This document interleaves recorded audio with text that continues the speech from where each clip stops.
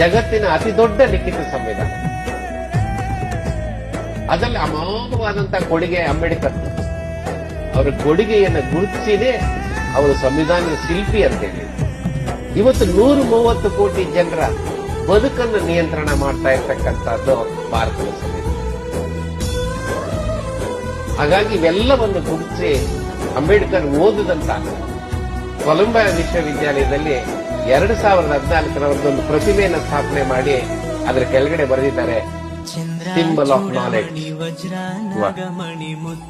2015ರಲ್ಲಿ ವಿಶ್ವಸಂಸ್ಥೆಯವರು ಅಂಬೇಡ್ಕರ್ ಜನ್ಮದಿನ April 14 world knowledge day ಅಂತ celebrate ಮಾಡಿದ್ದಾರೆ. ಹೀಗೆ ಅಂಬೇಡ್ಕರ್ ಅವರು ಕೇವಲ ದಲಿತ ನಾಯಕರಲ್ಲ, ಅವರೊಬ್ಬ ಕಾರ್ಮಿಕ ನಾಯಕ, ಅವರ ಮಹಿಳಾ ಪರ ಹೋರಾಟಗಾರ, ಇಡೀ ದೇಶದ ಜನರಿಗೆ